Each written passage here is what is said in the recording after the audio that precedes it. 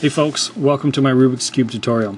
If you're watching this, you're either curious just to see what I'm up to, or you're having a hard time solving the cube using different methods that you might have seen here on YouTube.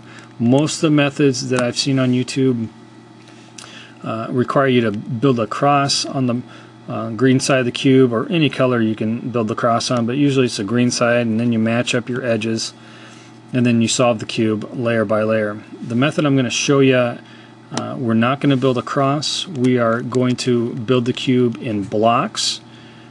I can't take full credit for this. I borrowed the principle of this method from a guy named Lars Petrus. You can go on his website. He has a lot of the basic moves, but he has a lot of the advanced moves as well.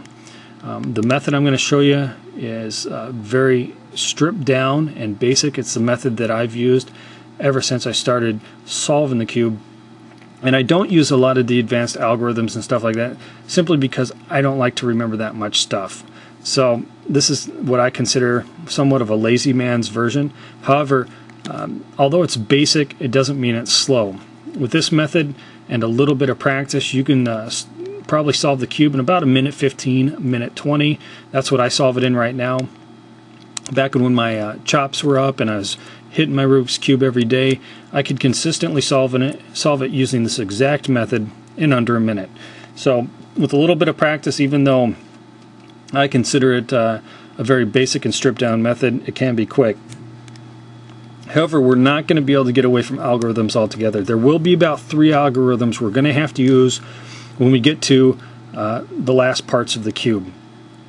I don't like to call them algorithms because I think when new folk are trying to learn how to do the cube and they're confused by it, that they hear the word algorithm and their confusion factor goes up and the stress factor goes up.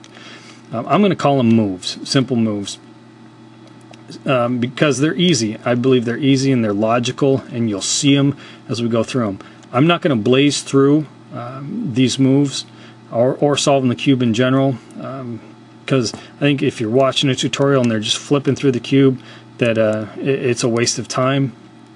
I'm going to walk you through every step. I'm going to walk you through the algorithms / moves as we go along, or towards the end of the cube, so it'll make a lot of sense, and hopefully we'll get you solving the cube quickly. And if you follow with me through the video, you should have this cube solved at the end, no problem. So let's get started, and I'll see you in the next video.